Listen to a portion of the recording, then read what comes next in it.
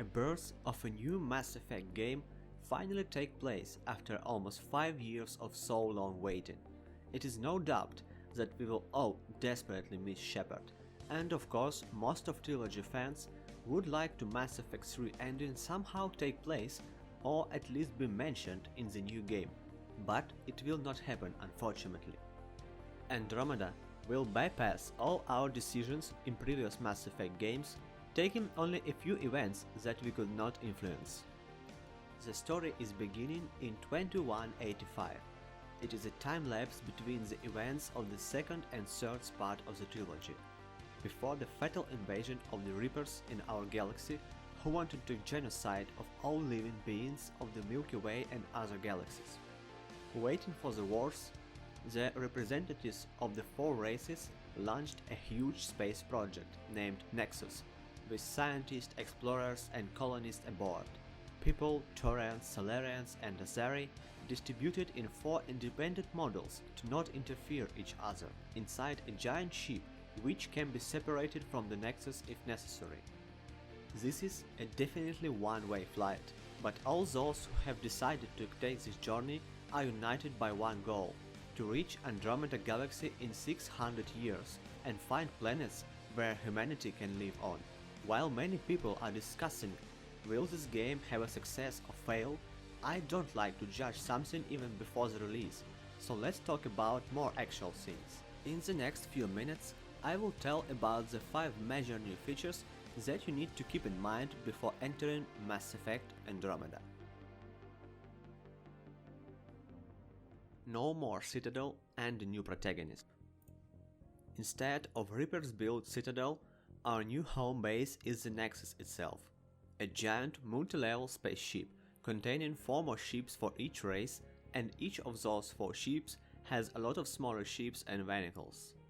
Despite of much smaller size, Nexus seems to contain everything needed: Cultural Center Archives, Garden Zone, Operations Center, Pathfinder Headquarters, Scientific Lab and even a lounge zone. Keep in mind that despite being really big and having mostly all needed zones, Nexus is not finished completely. Many of its parts would be constructed after arrival to the new galaxy. How much is currently constructed can be viewed in pause menu. There will be Nexus level counter, and after each station upgrade, a new planet will be revealed to explore. Human's part of Nexus is named Hyperion, led by Alec Raider. It is him who was spotted at Spaceship Bridge in E3 trailer in 2015. That time we could think that he is the protagonist. But no, he is not playable, but still one of the key characters. And by the way, Krogans are also on Nexus, but their race did not have enough funds to build their own module on Nexus, and they were taken to human model by human. If not that fact, and if Shepard would not save the galaxy in Mass Effect 3, Krogans could be totally erased from Mass Effect history. In Andromeda our heroes don't have any clue about what happened in our galaxy. Maybe not all are happy about the Krogans' presence, but at least they are alive and have a chance to survive, but still are sterilized. But who are we in this story? We can play as both Scott and Sarah Raider, children of Alec. So if you will choose brother to play, sister will be presented during all playthrough and vice versa. There is no facts, by the way, about their mother, but who knows, maybe her story will appear during the game. But all these things will not bother you so much, as after people will awake, they will realize that Hyperion is out of course, and location of Nexus and the rest of the ships is unknown.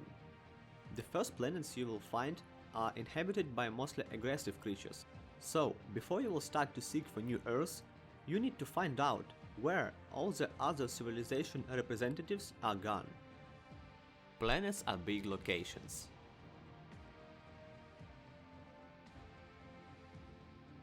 No, it is still not an open world, but it seems that locations are greatly improved compared to previous games. Compared to Mass Effect 3, where we can only cross small quest-limited locations, or just to collect resources from the planet, not even landing on it, now we can land on any planet, and not just to harvest, but to explore, make miscellaneous quests, find craft materials, or just to shoot some angry monster. Dangers will wait for us not only as aggressive monsters, but also as aggressive climate and environment, so you will need to be sure that your character don't get cold or overheated or get poisoned. So, even just walking on a new planet will not be an easy task, and that's exactly why we need a nomad, as sometimes it could be just impossible to get to the destination point by feet. And by the way, you can tune it as you want, change the color and so on. Also, you will be able to fast travel to already discovered location.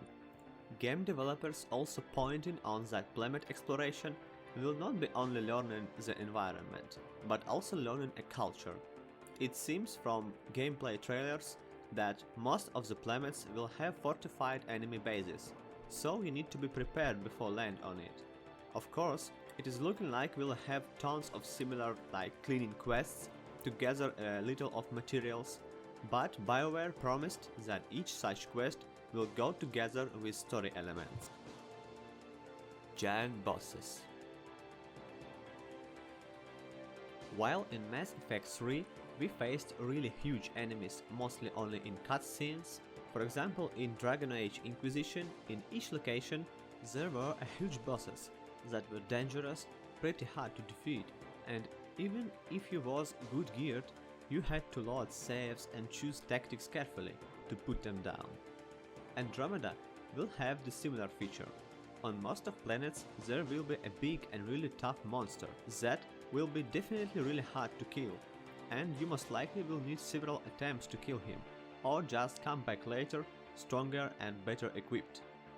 I don't think these bosses are obligatory to finish the game, but it will be a great addition for everyone who like challenge and want to finish the game on 100%.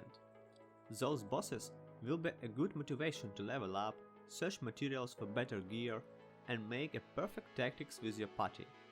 Also, the fight mechanics itself seems to become more variative.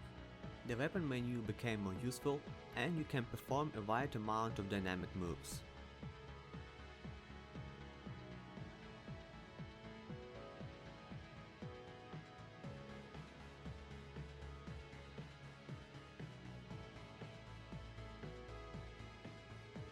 The cats. Do not confuse with gats. In previous games we were defenders of our world, who bravely tried to stop the Reaper invasion. In Andromeda we are the invaders. That fact we came with peace and just want to survive, nobody cares about this. We are invading alien galaxy, doing what we want, picking the best and the most comfortable planet and thinking the business is done. But not so fast. This planet is inhabited by cats for a huge period of time. They are obviously more stronger than humans and has huge technology level. They are pretty similar to humans. In my opinion, that was done mostly that we could sympathize them. So, they are not initially bad, but as we invaded their home world, they are mostly the main protagonist in the game. There will be at least one more ancient race that is known to be extinct. Of course, we all understand that we will find some of them alive, but they left a lot of high-tech devices. This is, by the way, is pretty much similar to Proteans. Tempest. We all love Normandy. After 3 games, dozens of gameplay hours, blood and sweat, space battles and Reaper's destruction, Normandy became something more than just a ship for players. It became a good friend. But we have to leave it behind and meet our new ship, Tempest. When it was more easy to get used to new version of Normandy, as the still was Joker, but now it is complete new ship and a Solarian pilot. So, seems it is the end of jokes as Solarians are mostly pretty boring. Noticeable new feature is that there are no more loading screens between ship zones and at planet landing. Space navigation will be pretty similar to previous games, but more bright and modern. You will choose the destination point after looking directly to the planet on Captain Bridge screen. Transition between planets is visually pretty the same, as always, as well as sheep AI. It is just a Sam instead of Edie, but she seemed to be smarter and having a wider amount of features than Edie has. That is still pretty strange, but we will see. A short summary. It is obvious that Mass Effect Andromeda is developed in mostly the same way as Dragon Age Inquisition. Many large planets that you will need to clean, trying to finish all possible miscellaneous quests. Is this good or bad? The real gameplay will show this. The devil in details. In Inquisition, on the one hand, that gave the game some kind of non-linear storyline, but on the other hand, that made the game really boring sometimes. When a time has come to criticize Andromeda, we, no doubt, will do this. But now, let's wait for the game release and wish all the best to this game, as we all remember how great Bioware games can be and want to give them another chance.